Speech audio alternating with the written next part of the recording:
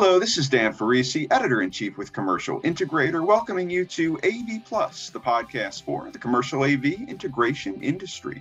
Really excited to be joined by a longtime friend of mine in the AV industry today, Mike White, Principal with AV Maven.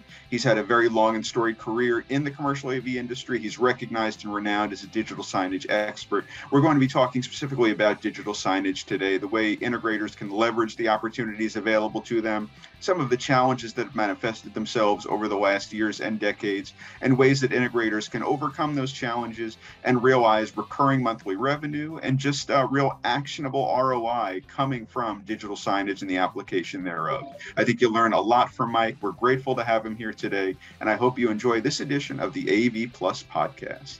As always, please like and subscribe to our YouTube page, and please subscribe to the AV Plus podcast on Apple and on Spotify.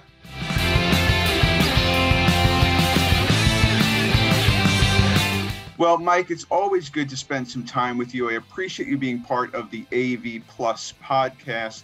I know as principal of AV Maven, you are a recognized industry expert in digital signage and a host of other technology areas. We're excited to draw on that wisdom, draw on that expertise today. Thank you for being here. Thank you, Dan. I appreciate the opportunity.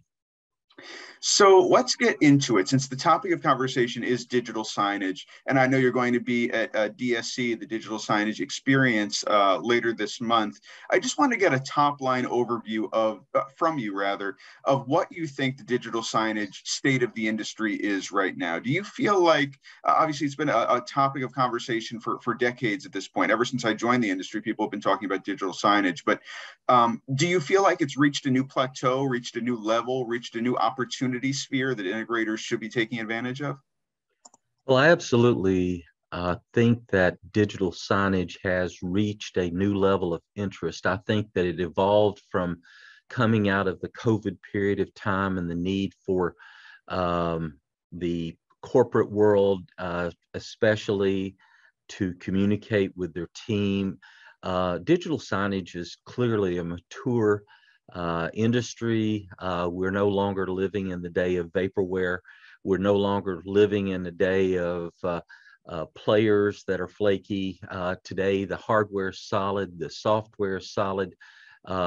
People know if there's any one thing that is shall we say, a challenge, is at least among the integrator world, is their historical background with digital signage, and most of that has a lot of pain and suffering, a lot of misstarts, because they address digital signage as any other typical AV project, a boardroom, a classroom, a whatever, and digital signage is not that, Dan. It is just significantly different. It's got a whole vocabulary language set apart for itself. The value proposition is like none other.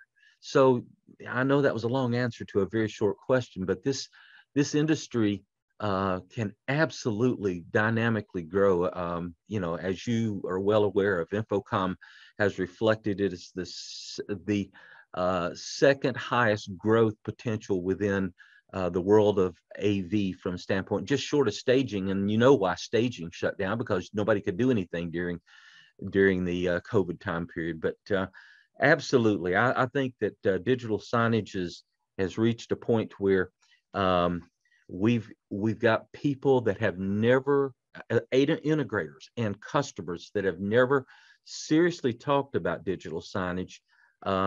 And now they're figuring out, how do you use this tool to have a return on their investment, the return on objective and return on attention? So, a very thoughtful answers, and I would expect nothing less. I did pick up on something you said, though. The fact that integrators, in some instances, you've said over the years, have had some false starts, have had some painful experiences with digital signage. Before we really dive into what the opportunity currently is and how integrators can leverage digital signage and emerging opportunities to be maximally profitable and to deliver the kind of experiences that their clients expect, Can you give us a little bit more detail about what those pain points were, what those false starts were, why you feel like over the last 5, 10, 15 years, many integrators either have been skittish about digital signage or they've tried to do it, but they have not been maximally successful?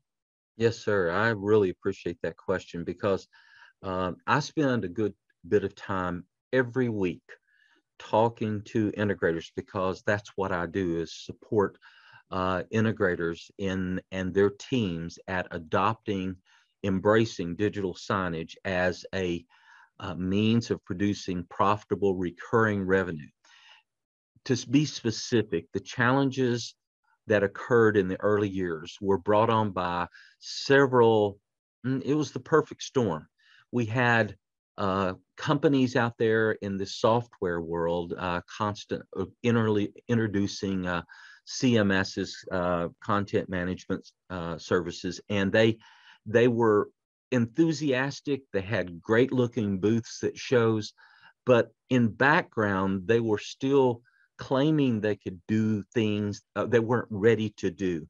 And as a result, many of us that embraced digital signage, learning the whole way, found ourselves in the middle of projects and finding that, well, they weren't ready for prime time yet. We often had to hire, as I did, custom programmers to complete their work. But you asked about why do integrators out there, and it's not just AV integrators, it was other integrators and other disciplines as well that were embracing digital signage. They were finding out that nobody had asked them about content strategy. Nobody had asked them about what type of content works on digital signage, what kind of content didn't work, the viewing dwell times, viewing distances, all of those things which now seem to be simple to review. They didn't realize that those were make or breaks. And as a result, over the years, Dan, when I would stand in front of crowds at DSC or Infocom or other shows, conferences that I've spoken, I'll ask the question up front: why is it that you all would invest your valuable time, your money to come here to listen? And I would find it consistent that they had tried some form of digital signage and they were there because it did not work for them. They weren't getting a return on their investment, or return on their objective, or return on attention. They were simply screens that were being ignored by people. There was also the painful side of the money. Many integrators who embraced digital signage early on, 12, 15 years ago, it was because they didn't know all the parts and pieces and everything else, they ended up underbidding, underestimating the budget for actually doing a digital signage project. And Dan, they lost money. And an integrator seems to in lots of business worlds, I find a lot more the welcomeness to change. But in the integrator world, my friend, they have a long-standing memory of when something really hurt them. They're not ready to embrace that. Even today, I talk to integrators, and when I really get down to the core, it came down to the fact that their early experiences with digital signage took longer than they expected, cost more than they ever thought it would, and they didn't see how they were making money do it. In fact, they weren't making money. They were painfully bleeding. So yeah, it comes down to the history plays a big role in why digital signage is slow to be embraced by some integrators, especially the ones that are traditional, family owned or small group owned. Those owners have that rich memory of the past. I know that's a longer answer than you expected, but it's such a big part of what is still a challenge. We still have a small sector. DSC will be attended by quite a few people, but there'll be an amazingly small portion of that'll be an integrator searching for digital signage as the solution for their business, because they're still saying, well, I'm busy. And that is true, Dan. They are today's integrators are busy, busy, busy. They're busy being busy. Many of them are really stretched because they can't get in certain products to complete. They can't bill for that final portion. And so you can get them to agree on that, but you can't get necessarily for them to open up their eyes to something that they can deliver on now, which is digital signage. And I think that there's a lot to dig into there. So I'm going to try to kind of go one at a time. I mean, you'd mentioned content, and obviously that's essential. Digital signage has precisely zero value if it doesn't have engaging content. And it can't just be one piece of content that's looped in perpetuity for months and years. You have to have a content strategy. Do you feel like integrators, if they do decide they want to sink their teeth into this very ripe digital signage opportunity, you alluded to Avixa research indicating just how robust the opportunity is for integrators who can approach it well. Do you feel like those integrators who can approach it well or intend to try should build out in-house content operation? Should they partner with a creative services firm for content? Because it does seem like a system is going to be destined for failure if it does not have a strategic content plan from the very inception. Great question, Dan. And I over the years, in the early years, I thought, well, integrators' future will be an in-house content creation team that would serve as another profit center where companies that embrace digital signage that they sold to would re-engage that content element of that company. And I just hadn't seen that work in that many places. I think that it's likening to, we use lots of flat panels, but do we need to get into the manufacturing of flat panels? Well, I know we're really not qualified, capable of doing that. And the same, I believe, to be true in the area of content creation, content management. There are many, many organizations out there that over the years that I have gathered relationships and list of that I use to help companies. But oftentimes, Dan, the resources exist within the larger companies. They just don't know what digital signage content looks like. So you have to help them with understanding, what is dwell time? So how long does a playlist need to be based on dwell times? I sat down with a plant manager just last week, and I asked him what was the most important thing that as we come online with his large digital signage system for a plant of 1,500 people and 2 million square feet, what's the most important thing? He says, to connect with my employees. But that's such a nice generic answer, Dan, that gives you all the warm and fuzzies, and I am warmed and excited by that answer. But what does that mean in the form of content? What does that really mean? And I dug deeper, and I said, one thing it doesn't mean is putting up a employee in the management's office pictures of their last trip to France out there to the plant worker that will never get out of East Tennessee. We got to come up with content, and he was starting, I'll tell you how great this is right now. I sat down with that plant manager. I asked him that, and he was sitting over at his desk, and I was just standing in the door passing by, and the employee that I was with was kind of hesitant to even, shall we say, let me just knock on the door and ask the question. And this man, this plant manager, Dan, came over and sat down beside me at this small desk that he had in the front. And we sat there and talked in earnest for, almost an hour, embracing going deep. What does it mean to connect with my employees? Because he says, we came through COVID, we've had a little bit of downsizing. Now we're growing past where we were. And we've got all of this great future ahead of us, even in spite of the recession coming or wherever we're at economically, certainly costing more to live. But the point is, it was exciting to recognize that he understood that content cannot just be, well, hi, I still love you, and all that stuff. It's got to be. So answer your question. I think that content needs to be outsourced. I think that helping them with their, that is when an integrator is asked the question to where I get the content, and to also help them to understand what resources they have within their own company and to the degree of quality, dedication, and focus. And if they're not willing to put metrics on it, they're wasting their time. I've got to the point to where I tell companies, Dan, if we cannot identify the why and how we're going to measure the why, then it's not time for you to do this investment now. I know that sounds strange, somebody walking away from business, but it's going to end up in failure if you don't do it. Well, I think you make a lot of good points there, Mike. And I think the metrics and the measurement are what I want to pick up on as we start to wrap up the conversation. In retail applications, for example, I know there's, as you had mentioned earlier, the opportunity to kind of look at dwell time, maybe see if there's some kind of a conversion rate based upon looking at a sign. I know sometimes we can use networks and data to kind of track people around a facility and find out if they ever get to that point of sale location.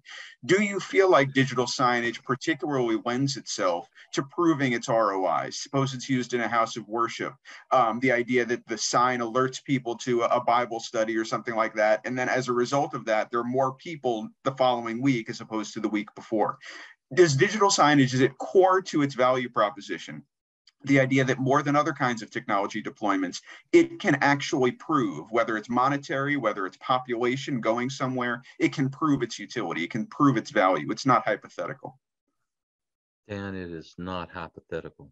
It's not hypothetical that the integrator can make great margin and recurring revenue off of it, which is sometimes hard for them to grasp. But yes, an end user investing in digital signage, when I refer to ROI, I know that all of us listening to this podcast absolutely have that one. It's return on investment. And yes, Dan, in the retail world, metrics can actually tie to the number of times that particular product or sales or service is on the screen, and sales lift as a result of that. But let's go into the, and by the way, I would suggest too, yes, you can be successful, and I'm working with one of the most successful integrators where retail is the basis of their digital signage deployments. That's more rare because most of the digital signage in the retail environment are embraced directly by the CMS companies hiring labor to go install and stuff like that. So I wouldn't necessarily encourage integrators in the world of AV to go embrace seeking out retail digital signage. There's such a rich world out there in the world of corporate, education, manufacturing. There's just an endless number of opportunities out there if they'll simply go knock on the door. They're walking right by the business all the time. But going back to the ROI, we know what that is. ROO, return on objective. Let's use, for instance, this time of year. There is open enrollment, health open enrollment, and they're always struggling. The HR department is always struggling to get this done. You could actually look at the metrics of previous years, how long it took to get X number of employees to comply with the need to get their stuff reviewed and signed. You can use digital signage and have a measurable metric on how digital signage impacted the sign up for HR relative to the whole investment in digital signage. So absolutely, there's a measurable metric there on return on objective.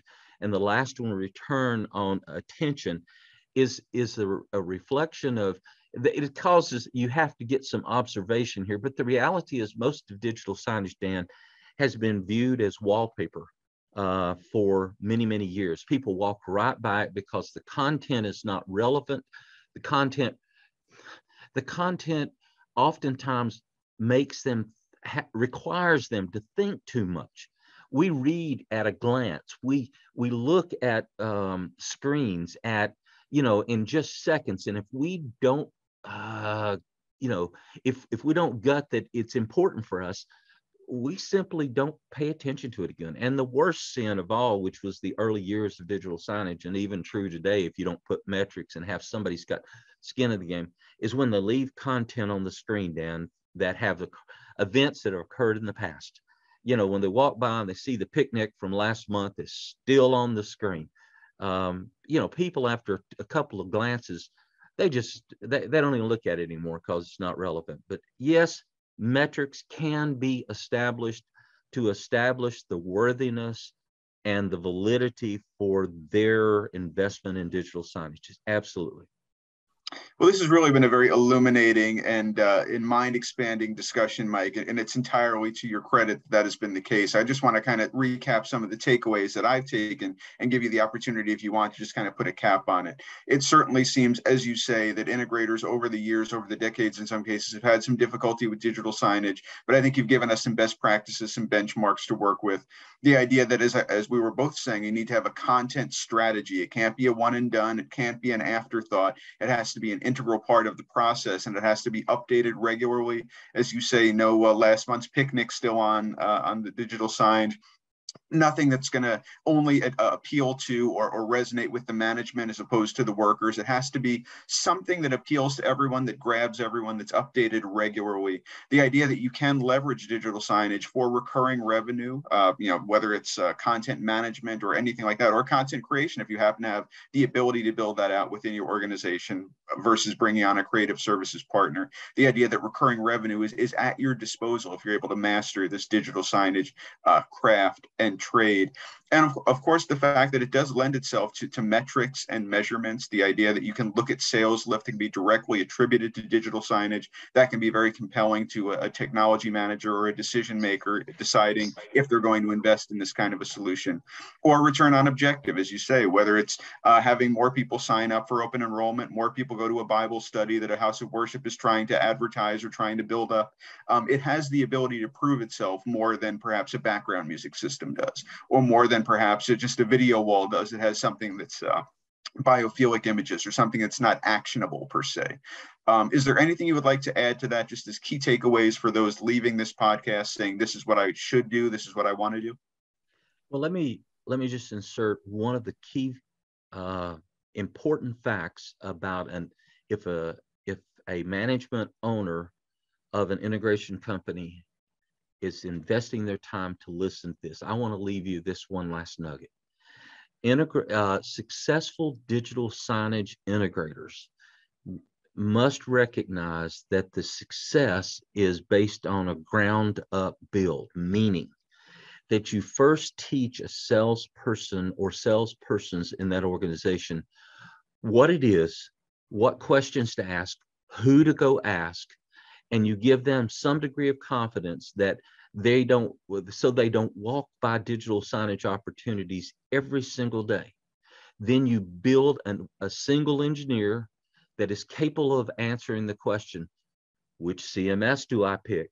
Because there's 600 plus, which CMS do I pick? And which of the, many variables associated with digital signage do I recommend so that this salesperson can go close on this business? Because it requires more than just the owner saying, yeah, I'm ready to do digital. That's how they got into place the first time with painful stuff. They've got to recognize that there's an investment associated. So my takeaway from this is everything else that you just said, those are big pictures. You start out every conversation in digital signage is Mr. or Miss Customer, what would be the most valuable thing that your digital signage system could bring to you, and how can we measure it? And if they're not ready to do that, then they're not ready for digital signage, because it's a value proposition and not a box sell.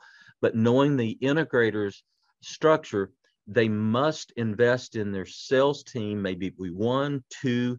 They can compete against the big guys, because likely a lot of the towns that they're in, that they can actually be the digital signage player, and there's plenty of opportunity. But the salesperson has to know the language, has to know where to look and what to say, and the engineer that's behind them has to be able to give them confidence when they come back. And all of those things are available. They're not rocket science, but they just need to know it. So when you get down to it, it comes down to there is a need for the integrator to look at the big picture. It is an absolutely profitable and exciting time to be in the digital signage business. And Dan, I appreciate you giving me this opportunity to speak to the people of this podcast, and thank you. Well, thank you very much, Mike. As I say, it really was a mind-expanding and an illuminating podcast. I'm grateful for your presence here. So happy to have been joined by Mike White, principal with AV Maven, a real industry, a legend, a long-timer, and someone who I'm happy to count as among my friends. Thank you, Mike, for being here, and thank you for sharing your wisdom with us. Thank you, Dan. Please check in each and every Friday on the AV Plus podcast. Just go to commercialintegrator.com and you'll get the latest update in the feed each and every Friday. Meantime, my name is Dan Ferrisi, editor-in-chief with Commercial Integrator and host of the AV Plus podcast, thanking you once again for being here.